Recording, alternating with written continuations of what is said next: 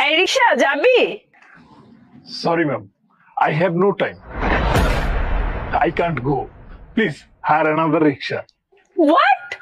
একটা রিক্সাওয়ালা সে নাকি ইংলিশে কথা বলতেছে, সাথে দেখছিস কি বলে, আই ডোন্ট হ্যাভ টাইম। এই তুই একটা সামান্য রিক্সাওয়ালা, তুই এত ইংলিশে ফটর ফটর করতেছিস কেন? বাংলায় তো মনে হয় খুব ভালো করে কথা বলতে পারিস না। আর পড়েছিস কি একটা লুঙ্গি গামছা, রিক্সা একটা বই নিয়ে বসে আছিস আর খুব ভাব দেখাচ্ছিস না। শোন, এইসব ভাব দেখায় না কোনো লাভ নাই। আর আমি বুঝতেছি তুই ইংলিশে কেন এগুলো বলতেছিস। মনে করছিস কি দুইটা সুন্দরী মেয়ে দূর থেকে দেখছিস, মনে করছিস যে এদের সাথে একটু ইংলিশে কথা বলে এরা পটে যাবে, প্রেম করার ধান্দা, তাই না? সবকিছু বুঝি আমরা, বুঝছিস? Excuse me, madam. Mind your language. শুনুন, আপনারা সুন্দর বলে কিংবা মেয়ে মানুষ বলে আমি আপনাদের সাথে ইংরেজিতে কথা বলছিলাম। আমি মাঝে মধ্যে ইংরেজিতে কথা বলে থাকি, কারণ আমি ইংরেজিতে প্র্যাকটিস করি। আর হ্যাঁ, আমার কাছে সময় নেই, আমি যেতে পারবো না। Don't disturb me. এই ফকিন্নি ছোট লোক, তুই তো ইংলিশে কথা বলছিস কেন? আমার মনে হয় কি কোথাও থেকে দুই একটা ইংলিশ শিখে এখন আমাদের সাথে ভাব নিচ্ছে। আবার দেখ, সাথে করে একটা বই নিয়ে আসছে। এই এভাবে রাস্তাঘাটে বসে বই পড়লে কি কোনো ভালো কোম্পানিতে জব করা যায়? শোন, তুই সারা জীবন এভাবে রিক্সা চালিয়ে কাটাবি। শুনুন আপু, আমি তো আপনাদেরকে বললাম আমার হাতে সময় নেই, আমি যেতে পারবো না। আপনারা অন্য রিক্সা দেখুন। তারপরও কেন আপনারা আমার সাথে এভাবে কথা বলছেন, বাজেভাবে কথা বলছেন? এই তোর অ্যাটিটিউড তো দেখে অনেক হাই। অ্যাটিটিউড তুই কাকে দেখাস? আর তোর অ্যাটিটিউড আর পার্সোনালিটি দেখে আমরা তোকে অনেক বড় মনে করবো। শোন, এত বড় মনে করার কিচ্ছু নাই, চালাস তো সেই রিক্সা। আর যদি তোর এত পার্সোনালিটি এত অ্যাটিটিউড থাকে তাইলে তো তোর উচিত বড় কোনো কোম্পানির মালিক হওয়া। এইখানে বসে বসে রিক্সা চালাচ্ছিস কেন? হ্যাঁ, আর শোন, তুই কি বললি তুই আমাদেরকে তোর রিক্সা উঠাবি না? আমরা তোর রিক্সা যাবো না, চল।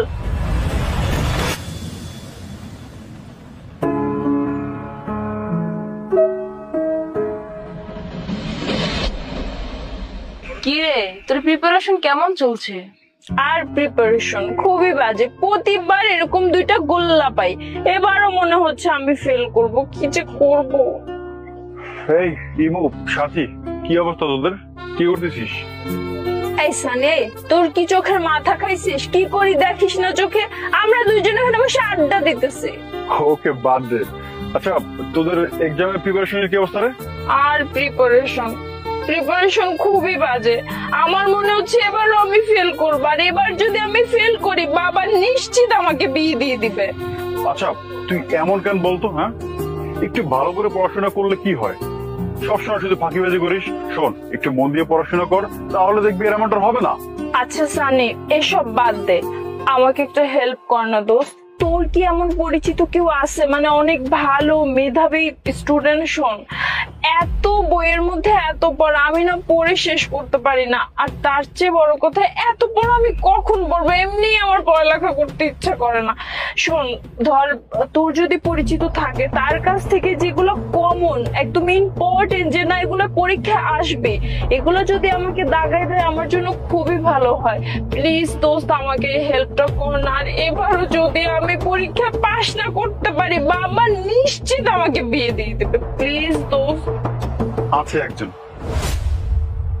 সে অনেক ব্রিলিয়ান্ট এবং বুদ্ধিমান, আমার ফ্রেন্ড হয়। আমি বললে তোকে সাহায্য করতে পারে। আচ্ছা তাই নাকি? দোস্ত প্লিজ তাইলে আমাকে তার কাছে নিয়ে যা, আমার তার সাহায্যটা খুবই দরকার। কিন্তু শোন, তুই কোনো চিন্তা করিস না, তুই তাকে বলিস সে আমাকে এই হেল্পটা যে করবে, তার বিনিময়ে তার যত টাকা লাগবে আমি দিব। আরে আমার বাপের কি টাকা পয়সার কোনো অভাব আছে? কোনো সমস্যা নাই। তুই দোস্ত তাইলে বল কবে নিয়ে যাবে? এই যে, তোর না একটাই সমস্যা, সবসময় শুধু টাকার অহংকার দেখাস। আর একটা কথা মাথায় রাখিস, টাকা পয়সা দিয়ে না সবসময় সবকিছু হয় না। আমার ফ্রেন্ড, ও খুব ভালো এবং মেধাবী, সৎ। ও কখনো টাকা পয়সার বিনিময়ে কিছু করে না, মানুষকে হেল্প করলে এমনিতেই করে। ও পড়াশোনা করতে খুব ভালোবাসে। আর তুই জানিস, ও অনেক কষ্ট করে টাকা উপার্জন করে, আর সেই টাকা দিয়ে ফ্যামিলি চালায় এবং নিজের পড়াশোনা খরচ চালায়। আর এই যে সে কেন করে জানিস? কখনো যেন মানুষের কাছে তার টাকার জন্য হাত পাততে না হয়। আর তুই কিনে তাকে টাকা গরম দেখাবি? শোন, এটা অনেক বড় ভুল করবি। তুই তাকে টাকার কথা একদম বলবি না, তাহলে কিন্তু সত্যি সত্যি সে অনেক রাগ করবে। আচ্ছা ঠিক আছে, এখন চল ক্যাম্পাসে যাই। আচ্ছা চল।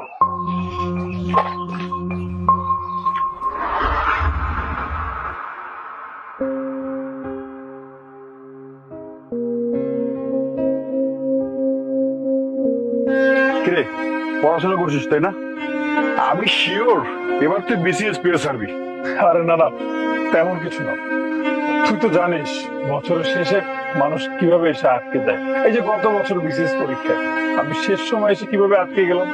তাই এবার চিন্তা করেছি যে কোনো ভাবে ভালোভাবে প্রিপারেশন নিয়ে বিসিএস পরীক্ষা অ্যাটেন্ড করব। কোনোভাবেই যেন বিসিএস পরীক্ষাটা এবার হাত ছাড়া না হয়। আমাকে যে এবার বিসিএস পরীক্ষায় পাস করতেই হবে বন্ধু। বন্ধু আমি শিওর তুই এবার এমন একটা রেকর্ড করবি সারা বিশ্বে তোর নাম ছড়িয়ে পড়বে।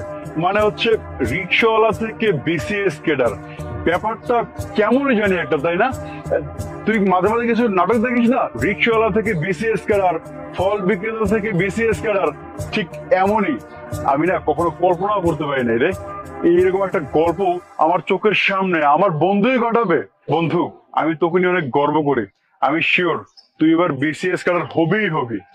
তুই তো জানিস আমার বাবা মা আমার উপর নির্ভরশীল, আর আমার বাবা মা কষ্ট করে আমাকে আজ এই পর্যন্ত নিয়ে এসেছে। তাই আমি বিসিএস পরীক্ষায় পাশ করে আমি আমার বাবা মার দায়িত্বটা নিতে চাই। তাছাড়া এখন অনেক রিক্সাওয়ালা, অনেক ফল বিক্রেতা, অনেক দিনমজুর তারা বিসিএস পরীক্ষার প্রিপারেশন নিচ্ছে, তারা পাশও করছে। তাই আমিও চাই আমি আমার পরিশ্রম এবং চেষ্টার মাধ্যমে বিসিএস পরীক্ষাটা পাশ করি। আমি আমার লক্ষ্যে অটুট থাকি। আমি পরিশ্রম এবং চেষ্টা করে বিসিএস পরীক্ষায় পাশ করবো। আমি আমার লক্ষ্যে অটুট থাকবো, এর বাইরে আর কিছুই না। আমাকে যে বিসিএস পরীক্ষায় পাশ করতেই হবে বন্ধু, আমাকে পাশ করতেই হবে। হ্যাঁ রে দোস্ত, তুই একদম ঠিক বলেছিস। আর এর জন্যই তোকে আমার এত ভালো লাগে। দেখ তুই সারাদিন কত কষ্ট করিস, এই যে সারাদিন রিক্সা চালাস, তারপর যখনই সময় পাস তখনই বই নিয়ে বসে যাস তুই পড়াশোনা করার জন্য। আমি এবার শিওর তুই বিসিএস ক্যাডার হবেই রে। তোর জন্য আমার মন থেকে অনেক অনেক দোয়া এবং ভালোবাসা রইল। আর হ্যাঁ, আমার একটা বান্ধবী আছে, ও না তোর মতো বিসিএস এর প্রিপারেশন নিচ্ছে। ওর না একটু হেল্প লাগবে, তুই যদি একটু সময় করে ওকে ইম্পর্টেন্ট কিছু প্রশ্ন দেখিয়ে দিতি তাহলে ওর জন্য খুব ভালো হতো। কি বলিস, পারবি? আরে হ্যাঁ, এটা তো কোনো ব্যাপারই না। তাছাড়া একজন মানুষ যদি আমার উপকার পেয়ে সে উপকৃত হয়, বা আমি যদি তার জন্য কিছু করতে পারি, আমার নিজেরও ভালো লাগবে। তুই একটা কাজ করিস, তুই তোর বান্ধবীকে আমার কাছে নিয়ে আসিস, আমি প্রশ্নগুলো দাগিয়ে দেবো। আচ্ছা ঠিক আছে বন্ধু, তাহলে তুই থাক, আমি আসছি। হ্যাঁ, দেখা হবে। ঠিক আছে।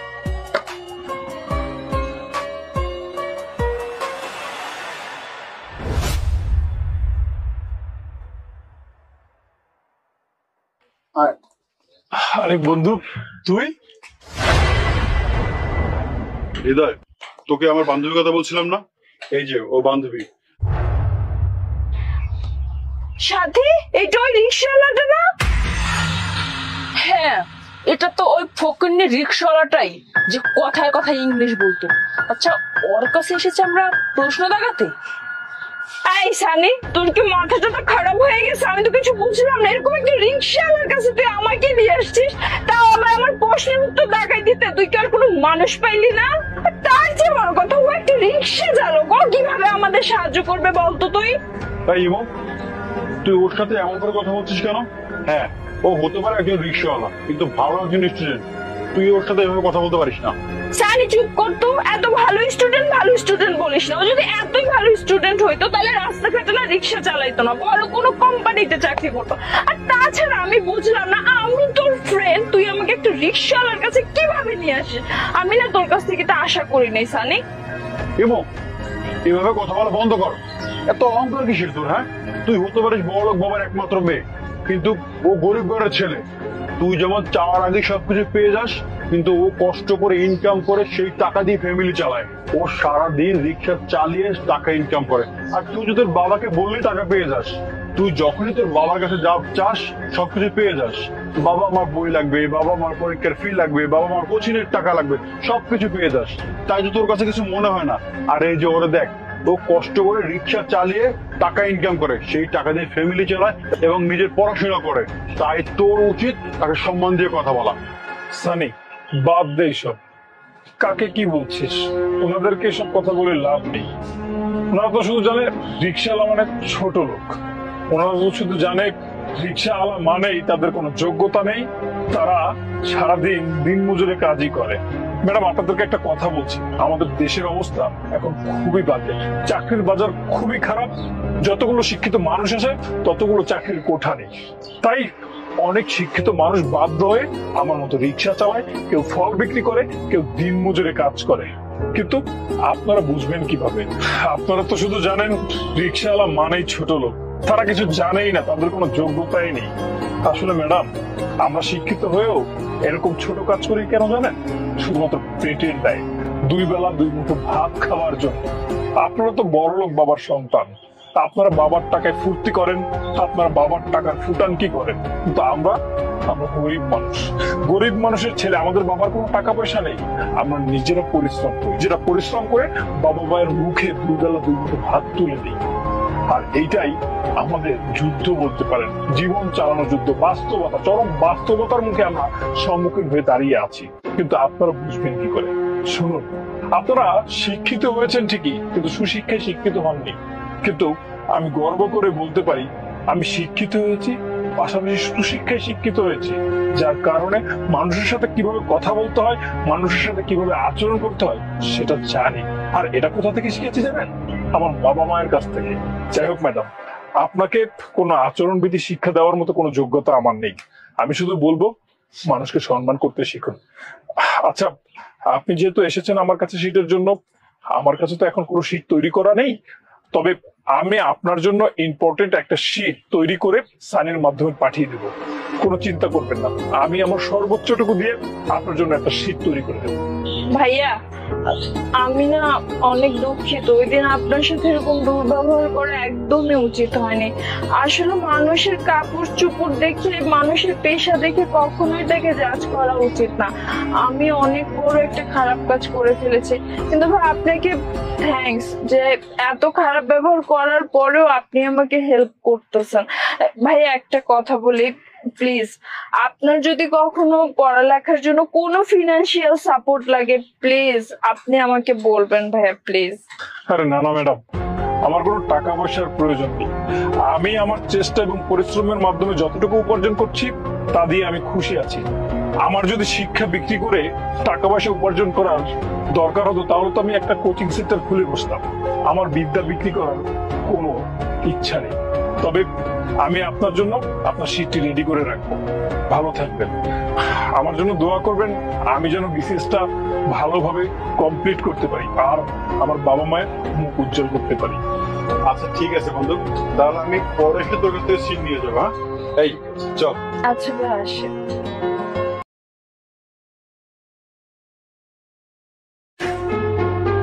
Good morning madam.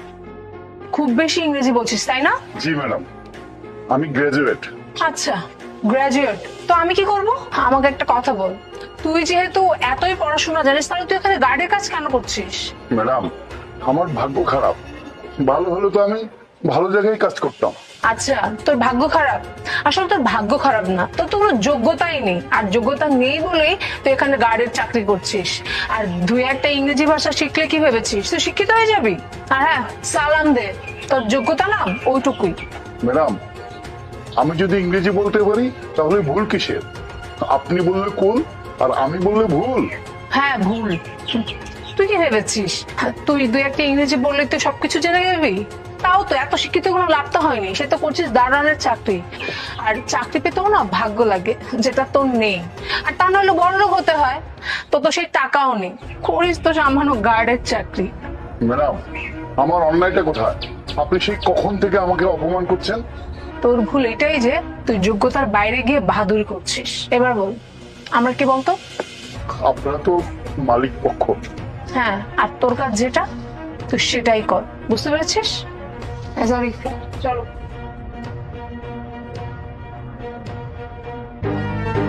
কি অবস্থা চাচা, কেমন আছেন?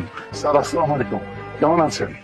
কি ব্যাপার চাচা, আমি আপনাকে না কতবার বলে দিচ্ছি যে আমাকে আপনি স্যার বলবেন না, আমি আপনার ছেলের মতো। দেখো বাবা, টাকার গরমে মানুষ মানুষকে মানুষ মনে করে না।